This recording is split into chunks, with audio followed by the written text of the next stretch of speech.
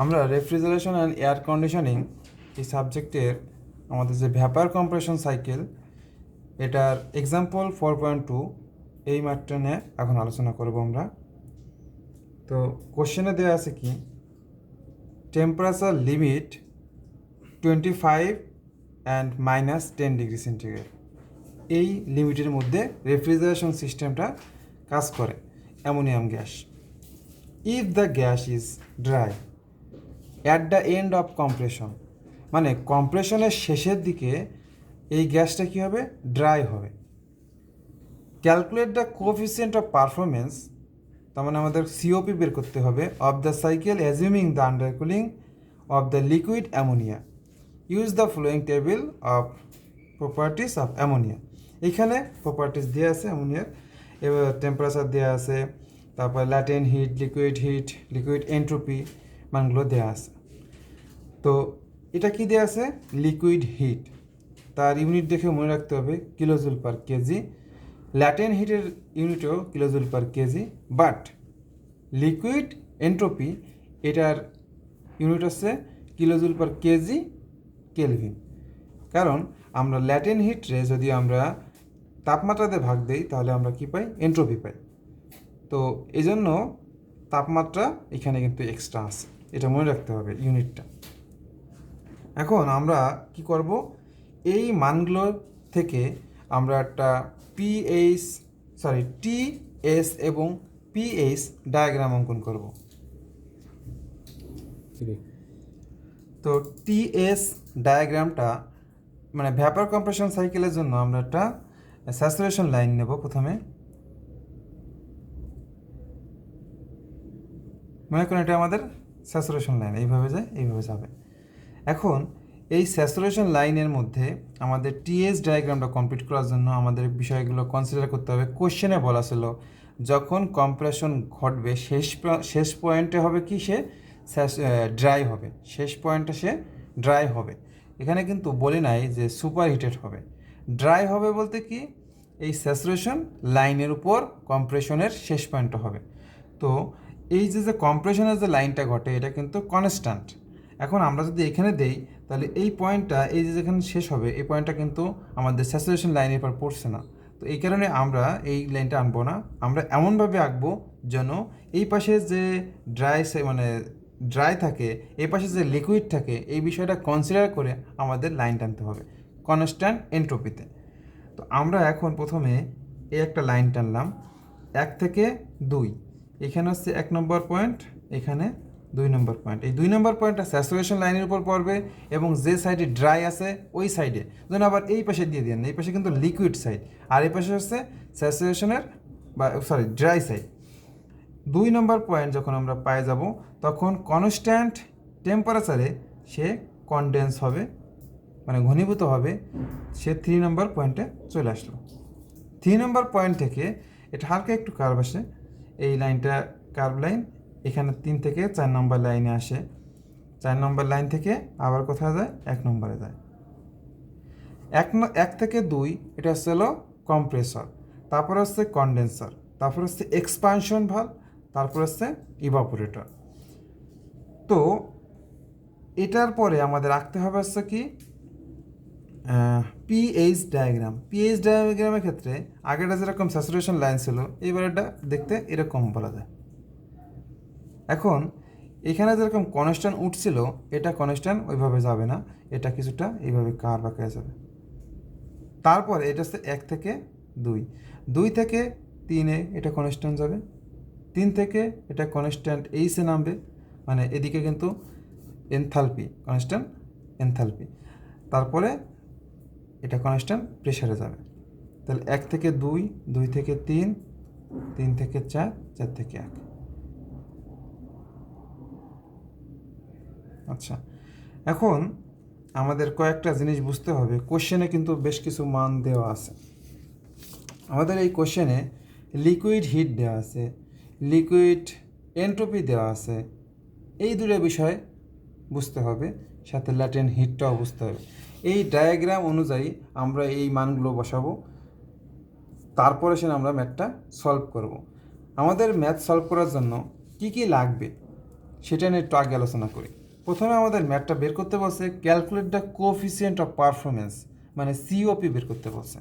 তো আমি সিওপির জন্য ফর্মুলাটা লিখি, সিওপি কোএফিসিয়েন্ট অফ পারফরমেন্স সমান সমান refrigeration effect by work done. এখন রেফ্রিজারেশন ইফেক্ট বলতে আমাদের এই 1 নম্বর পয়েন্ট থেকে এই যে কনস্ট্যান্ট যে এইচ আছে, এখানে যে কোনো একটা পয়েন্ট নিতে পারেন, 4 অথবা 3, নর্মালি 3ই বলা হয়, কিন্তু আমরা এখানে 3 আর 4 যেহেতু সমান, মানে আমাদের এইচের ক্ষেত্রে এদিক থেকে এইচটা যেহেতু কনস্ট্যান্ট সেহেতু আমরা 4ও নিতে পারি। তো আমাদের এই 3 নম্বর পয়েন্টে লিখতে পারতেছি, সমস্যা নাই। তাহলে আমাদের 1 থেকে 4 বিয়োগ করাও যে কথা, 1 থেকে 3 বিয়োগ করাও সে কথা। তো 1 নম্বরে আমরা কি বলতেছি, এখান থেকে এই পজিশনটা আমরা বলতেছি কি, এদিকে যেহেতু এনথালপি সেহেতু আমরা লিখবো এই পয়েন্ট থেকে এই পজিশন পর্যন্ত দূরত্বকে বলবো আমরা H1। H1 থেকে আমরা HF3 বিয়োগ দেবো, H1 থেকে HF3 বিয়োগ দেবো। আমরা HF3 কেন বিয়োগ দিচ্ছি, কেন আমরা H3 না দিয়ে HF3 কেন বিয়োগ দিচ্ছি, এটা নিয়ে একটু পরে আলোচনা করতেছি। তাহলে আমরা যেটা লিখলাম এটা হচ্ছে কি রেফ্রিজারেশন ইফেক্ট, আর নিচে লাগবো কি ওয়ার্ক ডান। ওয়ার্ক ডান কোথায় হয়, কম্প্রেসরটা করে, যেহেতু কম্প্রেসর কাজটা করে সেহেতু আমাদের এই পয়েন্ট থেকে এই পয়েন্ট।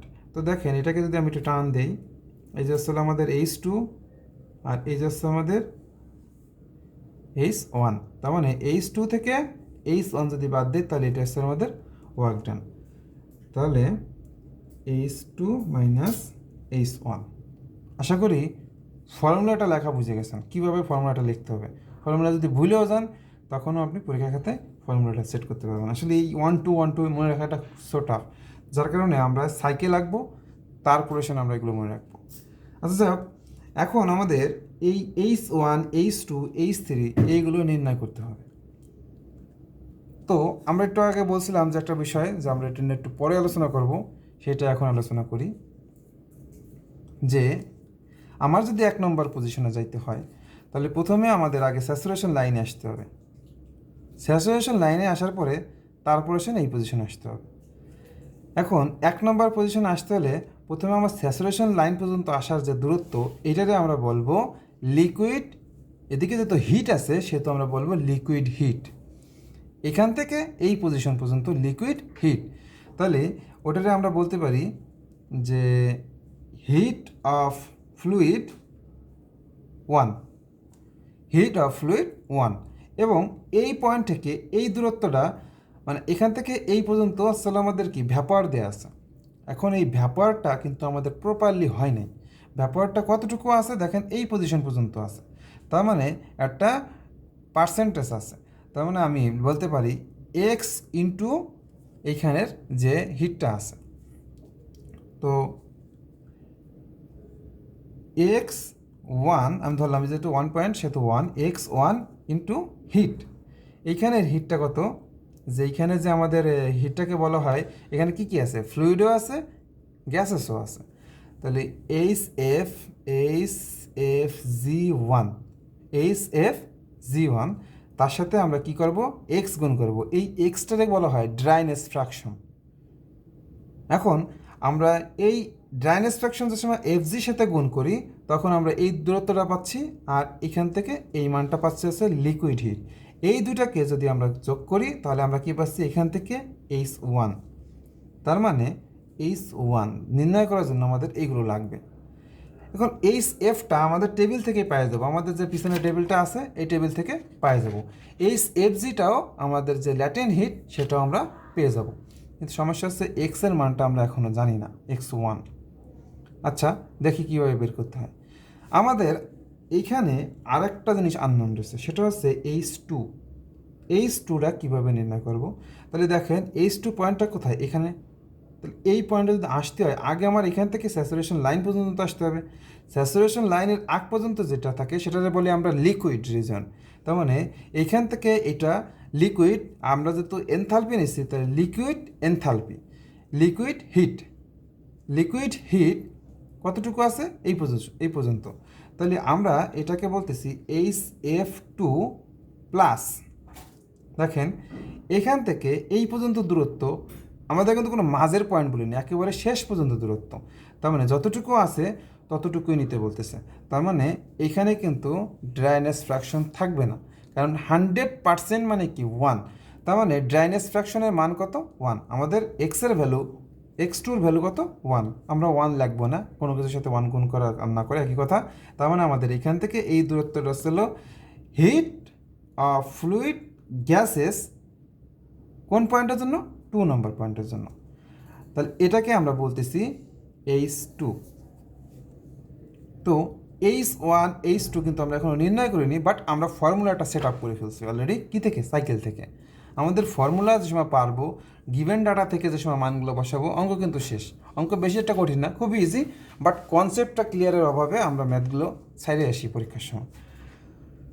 ওকে, তাহলে H1 H2 আমরা পেয়ে যাবো ইনশাল্লাহ, যদি আমরা এক্সের মানটা জানি। এখন এক্সের মানটা কীভাবে বের করব? এক্সের মানটা বের করার জন্য আমাদের একটু বাম পাশের চিত্রে আসতে হবে। বাম পাশের চিত্রে TS যে ডায়াগ্রামটা আছে, এই ডায়াগ্রামে আমাদের 1 আর 2 নম্বর পয়েন্টের দিকে তাকাই। 1 আর 2 নম্বর পয়েন্টের এই ভ্যালুগুলো কিন্তু 1 আর 2 নম্বর পয়েন্টের ভ্যালুগুলো দেওয়া আছে, যেহেতু এটা কম্প্রেশনের কাজ। তো কম্প্রেশনের এই ভ্যালুগুলো দেওয়া আছে। এখন 1 আর 2 দুইজনকে দেখতে পাচ্ছি বরাবর কনস্ট্যান্ট উঠে গেছে। তার মানে কি, কনস্ট্যান্ট এনট্রপি। কনস্ট্যান্ট এনট্রপিতে আমাদের S1 আর S2 কি সমান।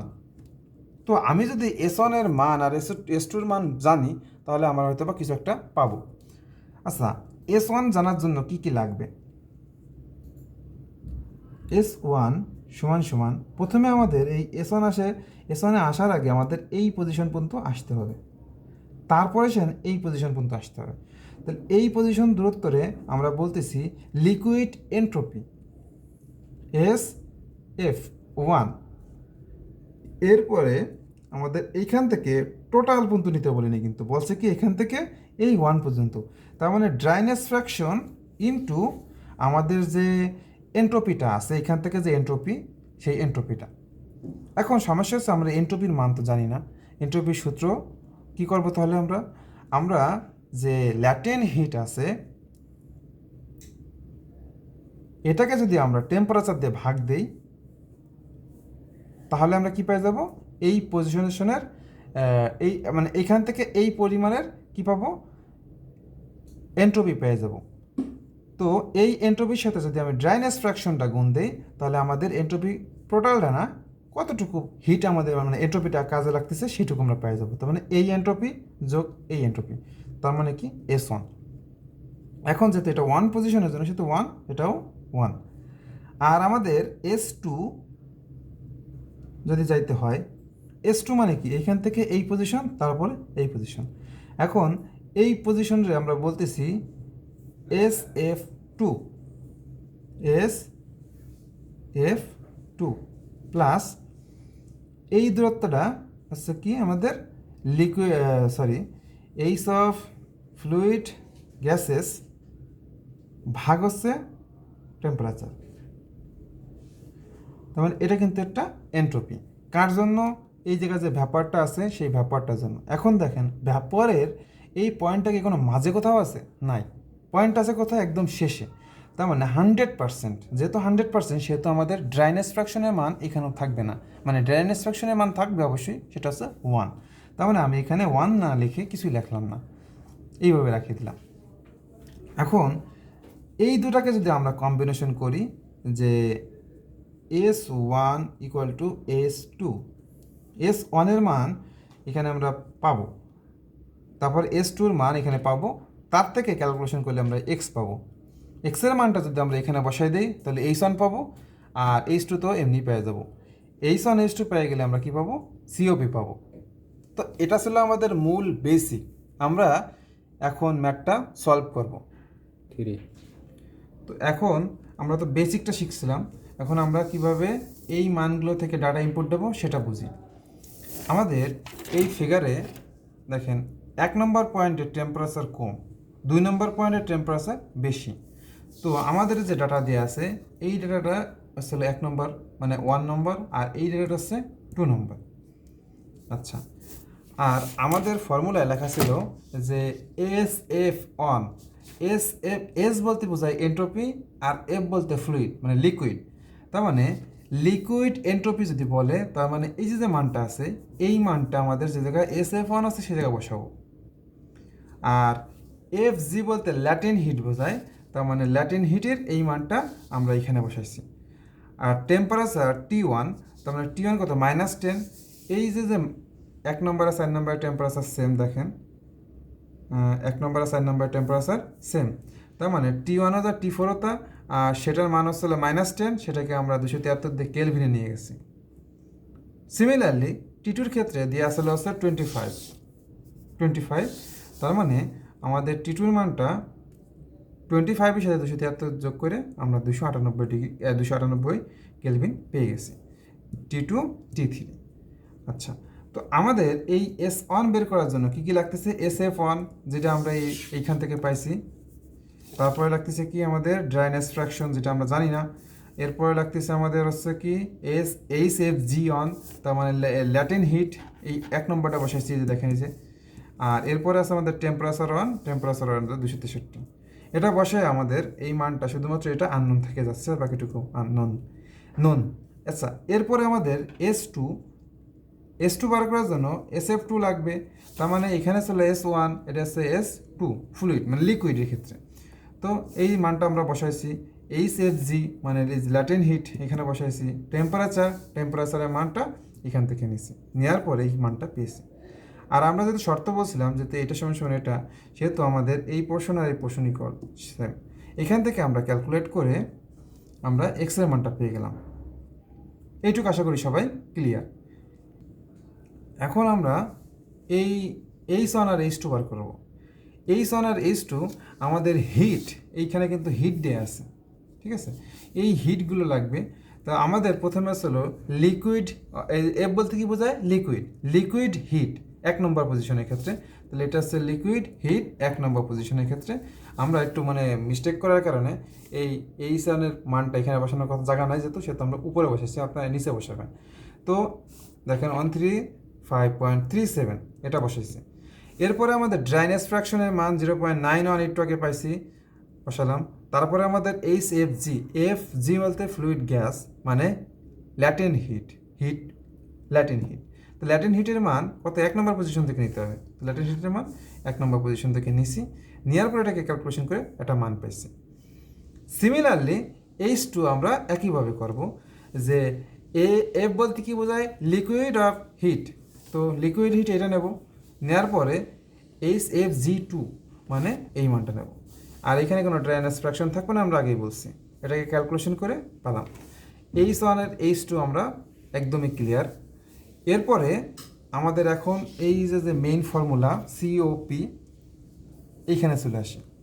এইখানে আসার পরে আমরা কিন্তু দেখেন এখানে ডাটাগুলো মান ছিল কি 1 নম্বর আর 2 নম্বর পয়েন্টের জন্য। আমরা 1, 2, 1 এগুলো বের করে ফেলছি, কিন্তু এখানে একটা লিকুইড হিট 3 লেগে আছে। এটা মান কোনটা নেব? কারণ এখানে তো এখান থেকে নিতে হবে, কিন্তু এখানে তো 1 আর 2-র জন্য। তো এখানে খেয়াল করেন, খুবই ইম্পর্টেন্ট বিষয়। আমরা যদি এই পজিশনে আসতে চাই, তাহলে এইখান থেকে এটা হচ্ছে কি লিকুইড রিজন, এবং এই পয়েন্টটা কিন্তু আবার আমাদের ফ্লুইডের জন্য। এই পয়েন্টটা আসছিল কি, এটা ছিল লিকুইডের জন্য। তো 3 নম্বর পয়েন্ট আর 2 নম্বর পয়েন্টের লিকুইড কিন্তু এতটুকু, 2 নম্বর পয়েন্টের লিকুইড এতটুকু, 3 নম্বর পয়েন্টের লিকুইডও এতটুকু। এই জন্যই আমরা এখানে HF3 লিখছি, বাট মান যে সময় বসাবো সেই সময় কিন্তু লিখবো HF2-র মান। HF2-র মানটা কত ছিল? HF2-র মান ছিল 298.9। এই জায়গাটা যেন ভুলে না যান আপনারা। এখানে আমারও প্রথমে কনফিউজ লাগছিল, যাক আশা করি আপনাদের ক্লিয়ার করতে পারছি। তাহলে আমরা এই মানটা বসাই দিই। H1-এর মান পাইছি কত? H1-এর মান পাইছি হচ্ছে 1316.26 মাইনাস কি বললাম? HF3-র মানটা HF2-র মান বসাবো। আবারও বলতেছি, HF2 পাইতে গেলে আগে লিকুইড হিট পার হয়ে আসতে হয়। তার মানে এটা কিন্তু লিকুইড অফ 3 নাম্বার হিটের জন্য, কিন্তু আমাদের এই যে মানটা দেওয়া আছে এটা হচ্ছে লিকুইড হিট 2 পয়েন্টের জন্য। 2 পয়েন্টের হিট আর 3 নাম্বার পয়েন্টের হিট সেম, এই কারণে আমরা লিখব 298.9, আর নিচে থাকতেছে কত H2। H2-র মান হয়েছে 1465.84 মাইনাস H1-এর মান 1316.26, এটাকে ক্যালকুলেশন করলে আসে 6.8। কোএফিসিয়েন্ট অফ পারফরমেন্সের কোনো ইউনিট থাকবে না, মনে রাখতে হবে যে এটা কোনো ইউনিট নাই, kilojoule per KG, kilojoule per KG. তার মানে কাইটে কিছু থাকবে না, ইউনিট থাকবে না, কোনো কিছুই, যা আসবে সেটা আসলে আমাদের সিওপি। তো আমাদের এই ম্যাথটা করার ক্ষেত্রে যে সময় আমাদের গিভেন ডাটা দেওয়া থাকে, এই যে মানগুলো, এই মানগুলো থেকে আমাদের ক্যালকুলেশন করতে গেলে আমরা প্রথমে করি কি, প্রথমে দেখি যেহেতু এই মানটা আগে দেওয়া আছে, এই মানটা 1 আর এই মানটা হচ্ছে 2 নম্বর পয়েন্টের জন্য, কিন্তু এইভাবে আমরা সিলেক্ট করব না। আমরা সিলেক্ট করব কিভাবে, আমাদের যে ডায়াগ্রাম আছে এই ডায়াগ্রাম থেকে আমাদের 1 নম্বর পয়েন্টের টেম্পারেচার বেশি না 2 নম্বর পয়েন্টের টেম্পারেচার বেশি, এটা আগে ফোকাস করব। তো দেখতে পাচ্ছি যেহেতু আমাদের 1 নম্বর পয়েন্টের টেম্পারেচার বেশি কম, সেহেতু আমাদের এখানে দেখেন এটা হচ্ছে -10 25, তার মানে এটি হচ্ছে কম। এ যদি কম হয় প্রত্যেকটাই হলো কমের জন্য, তার মানে 1 নম্বর পয়েন্টের জন্য, আর উপরেগুলো হচ্ছে 2 নম্বর পয়েন্টের জন্য। তো আমাদের আরেকটা মিস্টেক করছি, আমি এইখানে অ্যারো চিহ্নগুলো দিছি, এইখানে কিন্তু দিই নাই, এইখানে অ্যারো চিহ্নগুলো হবে, এগুলো কিন্তু মোস্ট ইম্পর্ট্যান্ট। তো আশা করি আমরা ভ্যাপার কম্প্রেশন সাইকেলের যে আফটার কম্প্রেশনের পরে যে ড্রাই স্যাচুরেটেড হয়, এই বিষয়টা নিয়ে আমরা একটা ম্যাথ সলিউশন করতে পারছি। প্রথমে আমরা বেসিক আলোচনা করছি, ফাইনালি আমরা ম্যাথটা সলভ কীভাবে করতে হয় সেটা দেখাইছি। আপনারা যারা বুঝছেন তারা তো বুঝছেনই, আর যারা ক্লিয়ার এখনও হননি তাদেরকে আবারও দেখার জন্য অনুরোধ রইল এই ভিডিওটা। আর আরও যদি মোর ডিটেলস জানতে হয় তাহলে আমাদের পিভিটিএস যে একটা ডায়াগ্রামের একটা বেসিক ভিডিও আছে, ওই ভিডিওটা দেখতে পারেন। তবে আশা করি ওইখানেও যে বেসিকগুলো বলা আছে সেই বেসিকটা আমি প্রথমে এই ভিডিওতে বলছি। তো আমি মনে করি আপনি এই ভিডিওটা যদি আবার বারবার করে কয়েকবার দেখেন তাহলে ক্লিয়ার কনসেপ্ট পাবেন। থ্যাংক ইউ সবাইকে, আসসালামু আলাইকুম।